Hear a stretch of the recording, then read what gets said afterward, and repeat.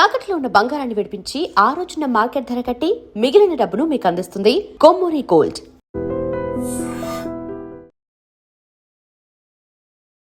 Hi hello నమస్తే, welcome back to our channel. నేను మీ వైషు.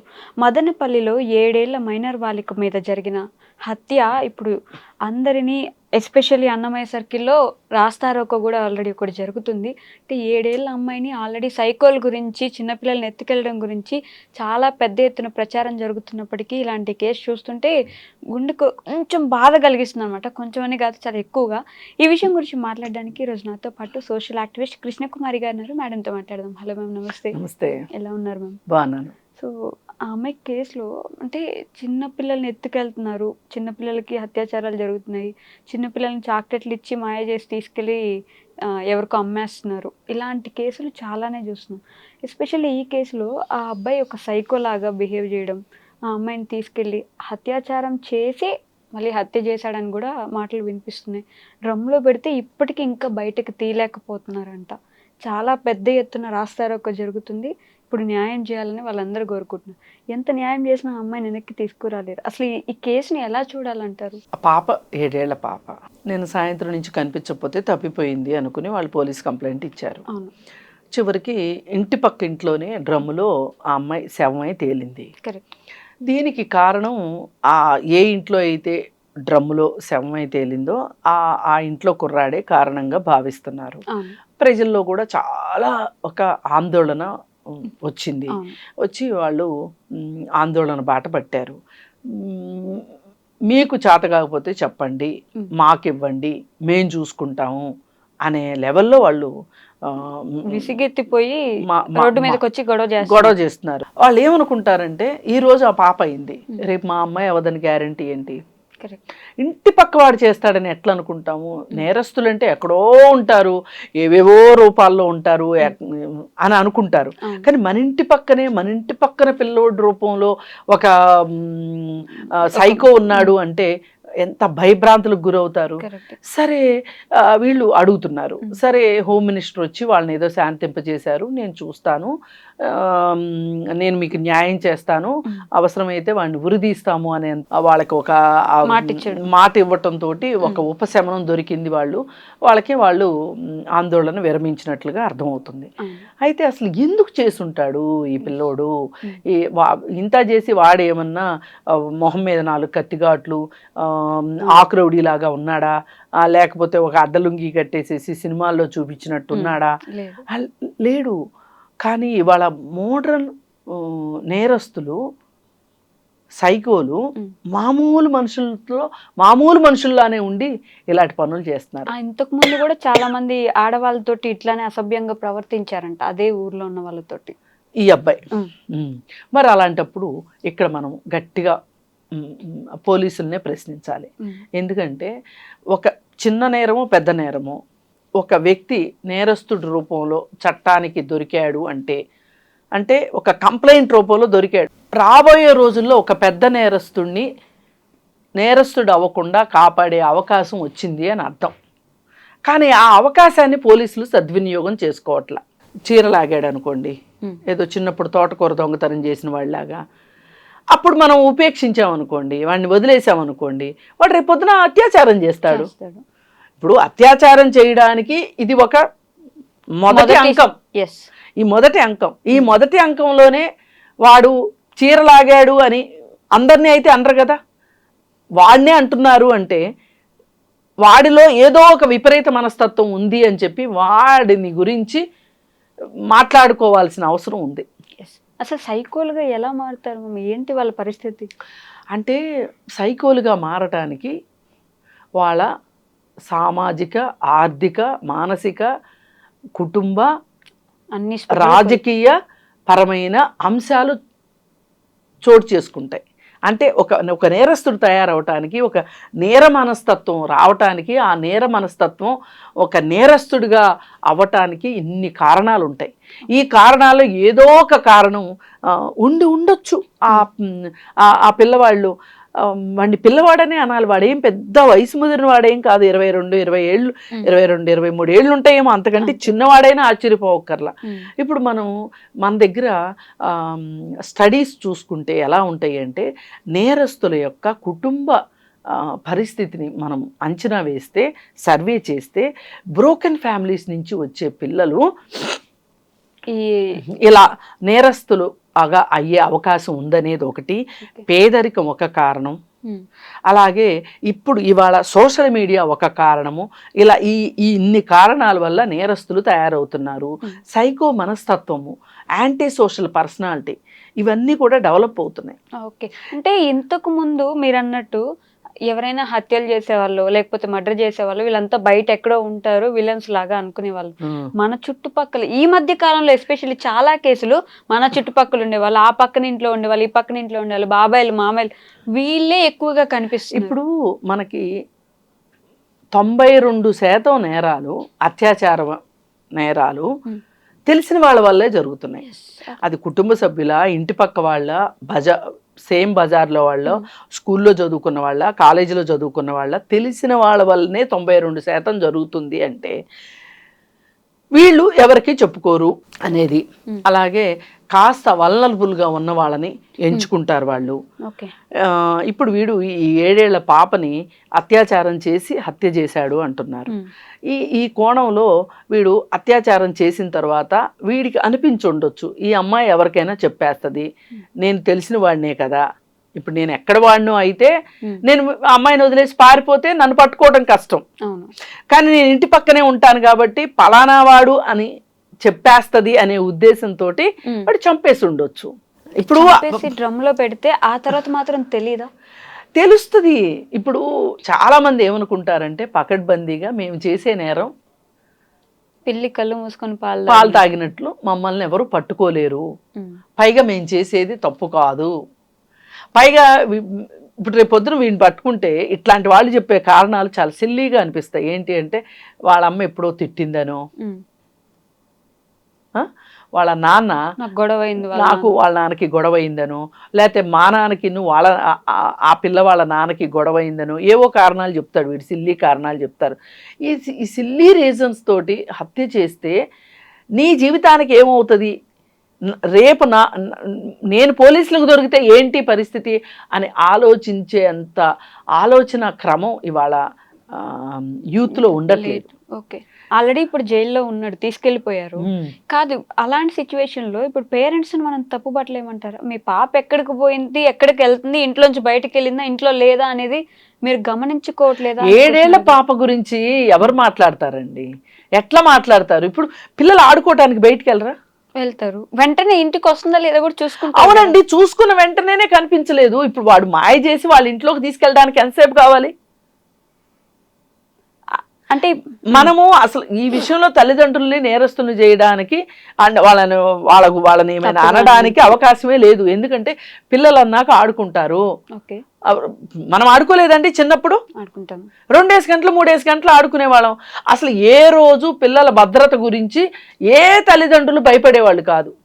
కాకపోతే ఏం చెప్పేవాళ్ళు అంటే, మీరు ఎక్కడ ఆడుకుంటానికి వెళ్తున్నారో చెప్పండి అని ఆ ఒక్క మాట మట్టుకు అనేవాళ్ళు. అది చెప్పకపోయినా భయపడేవాళ్ళు కాదు. వాళ్ళు పిల్లలు ఆడుకుంటానికి వెళ్ళారు వస్తారు అనేవాళ్ళు. అన్నం వేళకి రాకపోతే ఏంటి అన్నం వేళ అయినా అంటే ఆకలి కూడా అవ్వట్లేదా మీకు ఆటల్లో, ఇట్లయితే ఎట్లా అని మాట్లాడేవాళ్ళు. అసలు ఆదివారాలు గంటలు గంటలు ఆడుకునేవాళ్ళం. అసలు భయం అనేది ఉండేది కాదు. ఇప్పుడు భయపడుతూ బతకాల్సి వస్తుంది. సిచ్యువేషన్స్ అలా ఉన్నాయి. ఇప్పుడు బూచోడు వస్తాడు అంటే ఏదో ఊరు నుంచి బూచోడు వస్తాడు అన్నట్టు ఉండేది తప్పితే మన ఇంటి పక్కనే బూచోడు ఉంటాడు అనేది ఎవరు అనుకోరు కదా. ఇప్పుడు గ్రామస్తులను కూడా అనలేమంటారా? అంటే మన ఊర్లో ఆల్రెడీ అంతమంది అమ్మాయిలను ఇబ్బంది పెట్టినప్పుడు మన పక్కింట్లోనే ఉన్నాడంటే మనం ఎంత జాగ్రత్తగా ఉండాలి? వాడిని ఎప్పుడో ఊరి నుంచి బహిష్కరించడమో పంపించేయడమో, ఊరి నుంచి బహిష్కరించడం అనేది కరెక్ట్ మాట కాదు. చట్టానికి అప్పచెప్పాలి. ఎవ్వరూ చట్టాన్ని చేతిలోకి తీసుకునే హక్కు లేదు. పోలీసులకి రిపోర్ట్ పోలీసులకు చెప్పాలి, పోలీసులు తీసుకెళ్లి విచారించాలి.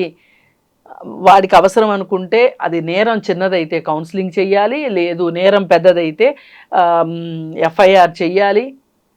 ఇప్పుడు ఇలాంటి విషయాలు జరగకుండా గ్రామస్తులు ఎలాంటి జాగ్రత్తలు తీసుకోగలరు? గ్రామస్తులు ఇప్పుడు ఒకటండి, ఎంత జాగ్రత్తలు తీసుకున్నా జరిగేవి జరుగుతూనే ఉంటాయి. ఒక నేరస్తుణ్ణి ఒక చోట నేరం జరుగుతుంది అన్నప్పుడు, పరిస్థితులు బాగలేదు అన్నప్పుడు రిపోర్ట్ చేసే హక్కు ప్రతి పౌరుడిది. బాధ్యతగా రిపోర్ట్ చెయ్యాలి. ఇప్పుడు ఈ అబ్బాయి ఇంతకు ముందే వేరే మహిళలతో అసభ్యంగా ప్రవర్తించాడు అన్నప్పుడు ఇది పోలీసు దృష్టిలో ఉందా లేదా, పోలీసు దృష్టిలో ఉంటే పోలీసు ఏం చేసింది, ఎందుకు ఉపేక్షించింది, అసలు అతని తల్లిదండ్రులు ఏం చేశారు, ఇది మాట్లాడుకోవాల్సిన అంశం. ఇప్పుడు తెలంగాణలో షీ టీమ్స్ అని ఉంది, ఇప్పుడు ఆంధ్రాలో కూడా పెట్టారని చెప్పి అంటున్నారు. ఇప్పుడు ఇట్లాంటి కేసులు ఈవ్ టీజింగ్ కిందకు వస్తాయి. ఏది మహిళల పట్ల అసభ్యంగా ప్రవర్తించినవి అవి షీ టీం దగ్గరికి వెళ్తే షీ టీం వాళ్ళు ఏం చేస్తారంటే ఎవరైతే అబ్బాయి ఉన్నాడో, చేసిన అబ్బాయి ఉన్నాడో, నేరం చిన్నది కానివ్వండి పెద్దది కానివ్వండి, వాళ్ళ పేరెంట్స్ని కూడా పిలిపిస్తారు. ఇప్పుడు చాలా మంది పేరెంట్స్కి వాళ్ళ పిల్లలు బయట ఏం చేస్తున్నారో తెలియదు. అట్లాంటప్పుడు కూర్చోబెట్టి తల్లిదండ్రుల ముందే ఆ పిల్లోడిని కూర్చోబెట్టి మీ అబ్బాయి నిర్వాహకం ఇది అని చెప్తే అప్పుడు తల్లిదండ్రులు ఒకంత జాగ్రత్త పడతారు అనేది ఆ షీ టీమ్స్ యొక్క ఉద్దేశం. అయితే అప్పుడు కౌన్సిలింగ్ ఇస్తారు తల్లిదండ్రులకి, ఏ విధంగా పిల్లల్ని ఏ విధంగా చూసుకోవాలి, ఎలాంటి జాగ్రత్తలు తీసుకోవాలని తల్లిదండ్రులకి. ఇప్పుడు నువ్వు ఇలాంటివి చేస్తే గనక ఇది చిన్నదా పెద్దదా చెప్పి, పెద్దదైతే ఎఫ్ఐఆర్ చేయటం, చిన్నదైతే మాట్లాడి ఇంకొకసారి నువ్వు ఇట్లా చేస్తే నీ జీవితంలో జరిగే నష్టాలు ఏంటి. ఇప్పుడు ఒకవేళ స్టూడెంట్స్ చేస్తున్నాడు అనుకోండి, నీకు విదేశాలు వెళ్ళే ఉద్దేశం ఉంది అనుకో, నీకు పాస్పోర్ట్ రాదు, ఇది కేసు అయితే రేపొద్దున నువ్వు ఇండియాలోనే ఉద్యోగం చేసుకోవాలి అనుకుంటే ఇక్కడ గనక ఎఫ్ఐఆర్ అయింది అంటే గనక ఈ ఎఫ్ఐఆర్ నీ పోలీస్ వెరిఫికేషన్లో నీ పైన ఇలాంటి కేసు అయ్యింది అని తెలిస్తే నీకు ఉద్యోగం ఇవ్వరు. ఇట్లా వాళ్ళకి చట్టం గురించి కౌన్సిలింగ్ ఇవ్వాలి. పైగా ఇంకోటి ఏం చేయాలంటే చిన్న చిన్న పద్ధతుల్లో, అంటే ఈ చట్టానికి సంబంధించిన న్యాయపరమైన సమాచారాన్ని పిల్లలకి ఇవ్వాల్సిన అవసరం ఉంది. ఆడపిల్లలకైనా మగ పిల్లలకైనా పాఠ్యాంశాల్లో చట్టం గురించి చెప్పాల్సిన అవసరం ఉంది. ఈ రోజుకి మన దగ్గర ఎక్కడా కూడా లా చదువుకున్న వాళ్ళకే భారతీయ శిక్షా స్మృతి గురించి తెలుస్తుంది తప్పితే ఇంకెవరికి తెలియదు.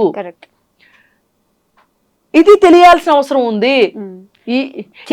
ఇది పాఠ్యాంశాల్లో చేర్చాల్సిన అవసరం ఉంది. చిన్నపిల్లలు కూడా ఎవరైనా వచ్చి మన వాళ్ళే తెలిసిన వాళ్ళే పలకరించి చాక్లెట్లు ఇచ్చి బయటకు వెళ్ళొద్దాం అని చెప్తే వెళ్ళిపోకుండా వాళ్ళకి ఏమైనా క్లాసుల్లో నేర్పించగలరంటారు? తల్లిదండ్రులు చెప్తా ఉంటారు, స్కూల్లో చెప్తా ఉంటారు. ఇప్పుడు కొన్ని స్కూళ్ళల్లో ఎవరు పడితే వాళ్ళు వెళ్తే పిల్లల్ని ఎవరు పంపించారు ఉన్నాయి. అలాంటి కట్టుదిట్టమైన వ్యవహారాలు ఉన్నాయి. కాకపోతే నేరస్తుల్ని గుర్తించడం ఎట్లా, ఏదైనా ఒక నేరం జరిగినప్పుడు రిపోర్ట్ చేయడం చాలా అవసరం. రిపోర్ట్ చేస్తే ఆ నిందితుడిని పట్టుకొని ఆ నిందితుడిని యొక్క మనస్తత్వాన్ని మార్చే పని పోలీసు తీసుకుంటుంది, డిపార్ట్మెంట్ తీసుకుంటుంది అని నమ్మాలి. ఒకవేళ వాళ్ళు కాకపోయినా వాళ్ళ తల్లిదండ్రులతో అయినా మాట్లాడి వాడు ఈ విధమైన పరిస్థితుల్లోకి ఎందుకు వచ్చాడు అని విశ్లేషించి వాడికి మంచి చెడు చెప్పాల్సిన అవసరం ఉంది. చేస్తే ఏమవుతుంది అంటే భవిష్యత్తులో ఇలాంటి పెద్ద నేరాలు చేయకుండా ఉంటారు. ఇక్కడ ఇతను ఆల్రెడీ చేశాడు అని ఉన్నప్పుడు మట్టుకు ఇది వ్యవస్థ లోపమే, పోలీసులదే లోపం. పోలీసులు ఎందుకు ఒక నేరస్తుడు మీ దృష్టికి వచ్చాడు, చిన్నది చేసో పెద్దది చేసో అన్నప్పుడు మీరెందుకు దానిని సీరియస్గా తీసుకోలేదు, దాన్ని అరికట్టడానికి ఎందుకు ప్రయత్నించలేదు? ఇప్పుడు ఒక చిన్న మన ఏమరపాటు రేపొద్దున ఒక పెద్ద నేరానికి దారి తీయవచ్చు. ఈ సైకోగా ఇతని మైండ్ సెట్ని ఇప్పుడు మనం రీడ్ చేస్తున్నాము. ఆల్రెడీ డ్రమ్ములో తీసుకెళ్ళి పెట్టేసి చంపేసిన తర్వాత డ్రమ్లో పెట్టే అంత మైండ్ సెట్ ఉందంటే ఈ సైకోలను అసలు మార్చే అవకాశం ఉంటుందంటారా? నిజంగానే ప్రజలు అడిగినట్టు వాళ్ళ చేతికి ఇచ్చేస్తే వాళ్ళు చూసుకుంటామన్నట్టు వదిలేయచ్చండి? అది కరెక్ట్ కాదు. అసలు ప్రజలకి ఆ హక్కు లేదు. అనుకోకుండా జరిగే ఘటనలు వేరు, కానీ మామూలుగా ప్రజలు అడిగే హక్కు లేదు, ప్రజలకు వాళ్ళని ఏమైనా చేసే హక్కు లేదు. అది కేవలం మన చట్ట ప్రకారం చట్టబద్ధంగా వాళ్ళకి కౌన్సిలింగ్ ఇస్తారా, లేకపోతే వాళ్ళ మనసు మారుస్తారా, లేకపోతే వాళ్ళని సంస్కరిస్తారా, ఏం చేస్తారు అనేది చట్టం చూసుకోవాల్సింది తప్పితే ఇది ప్రజలు చూసుకునే విషయం కాదు. అంటే ఇలాంటి కేసులు బోల్డ్ అని జరిగాయి, బోల్డ్ అంత మందిని సంస్కరించి ఉంటారు, బోల్డ్ అంత మందిని కౌన్సిలింగ్ ఇచ్చి వదిలేసి ఉంటారు. ఇంకా అలానే చేసుకుంటూ పోతే వాళ్ళకి భయం ఎప్పుడు వస్తుంది? ఇది ఒక ప్రాసెస్. నేను అందుకే చట్టాలపైన చిన్నప్పటి నుంచి అవగాహన ఇది ఓవర్ నైట్ వచ్చేది కాదు, ఒక మంత్రదండంతో అంటే అయ్యేది కాదు. కరెక్ట్. అందుకని ప్రజల్లో ఇవాళ గంజాయి మత్తు ఉంది, మాదక ద్రవ్యాలు ఉన్నాయి, మద్యపానం ఉంది, సరైన పని పాట లేదు, కోతి కొబ్బరికాయ దొరికినట్టు ఈ స్మార్ట్ ఫోన్ ఒకటి, క్రైమ్ సిరీస్, ఇవన్నీ కూడా ఏంటి అంటే ఆల్రెడీ ఎంతో కొంత మనస్తత్వంలో ఉంటే దాన్ని ఇంకొంచెం పెరిగేటట్లుగా చేసే పరిస్థితులే చుట్టూ ఉన్నాయి. వాడికి అసలు జీవితం మీద ఆశ ఉండట్లేదు. వాళ్ళకి రేపు గురించిన ఒక ఆశ ఉంటే ఇవాళ నేరం ఎందుకు చేస్తాడు? కరెక్ట్. దీనికి అటు తిప్పి ఇటు తిప్పి పేదరికం దగ్గరికే వచ్చి ఆగుతుంది, నిరక్షరాస్యత దగ్గరికి వచ్చి ఆగుతుంది. అసలు ఇప్పుడు ఒక చెట్టుకి నీళ్లు ఎరువు పోయాల్సింది పోయి మనం విష పదార్థాలు వేసాము అంటే ఆ చెట్టు ఏమవుతుంది చెప్పండి? ఆ చెట్టుకి కాసే కాయలు ఎట్లాంటి కాయలు కాస్తాయి? విషపూరితమైన కాయలే వస్తాయి. అది సంగతి. అందుకని దీన్ని ఇలాంటివి జరగకుండా ఉండాలి అంటే చిన్న పని చేసి దొరికితే కూడా దానిని మీరు సీరియస్గా పరిగణించి వాడిలో ఆ మనస్తత్వం మార్చడానికి ప్రయత్నం చేయాలి. చేస్తే పెద్ద నేరాలను అరికట్టగలుగుతాం. Okay ma'am, thank you. Thank you. And for more videos, Please subscribe to iDream. Please subscribe to iDream. Please subscribe iDream. And please subscribe to iDream. For more videos, subscribe to iDream. please like, share and subscribe to the channel. Congratulations, iDream. Subscribe to iDream. Subscribe to iDream. So subscribe to iDream Media. iDream ki iDream team andarki huge congratulations. Please subscribe iDream Media. Please subscribe to iDream. Subscribe iDream. Please subscribe to iDream. iDream అంటే నా కళల channel subscribe చేసుకున్న నోరు తిరుగుతలేదు, మీరైతే గంట గుర్తు కొట్టండి. For more such videos, please subscribe to iDream. Subscribe to iDream. Please subscribe to iDream. Please subscribe iDream Media. Please do subscribe to iDream. Please subscribe to iDream Media. For best entertainment and information, please subscribe iDream. And don't forget to subscribe to iDream.